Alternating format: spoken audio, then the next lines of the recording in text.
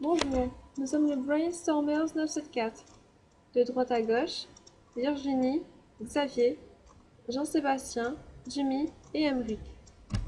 Nous savons tous que la vitesse est une cause importante d'accidents. Notre idée est donc de donner à certains délinquants de la route un comportement citoyen. Nous avons alors pensé à contraindre l'automobiliste à freiner dès qu'il dépasse la vitesse limite autorisée. Mieux, ce freinage sera exploité pour recharger des batteries. C'est le principe du freinage par récupération. Cependant, ici, la récupération d'énergie ne se fait pas au profit de l'automobiliste en infraction. En effet, à mesure qu'il dépassera la vitesse réglementaire, le dispositif au sol sera alimenté le long du tronçon surveillé et le stockage réalisé par des batteries. Comment concilier énergie et sécurité? Grâce au GPS intégré dans la voiture, on peut déterminer la vitesse du véhicule sur une route.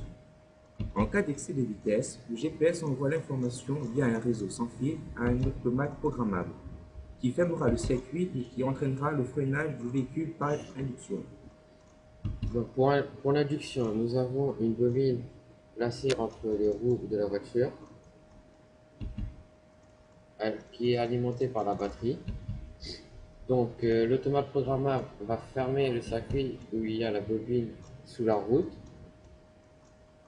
qui est alimentée par une autre batterie. Le système d'induction, c'est lorsque les deux bobines alimentées vont créer un champ magnétique, et à partir de ce champ, on va obtenir l'énergie électrique qui va nous servir à freiner la voiture en excès de vitesse jusqu'à la vitesse réglementaire.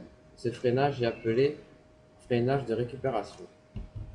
Freinage de récupération est un concept utilisé sur les voitures électriques.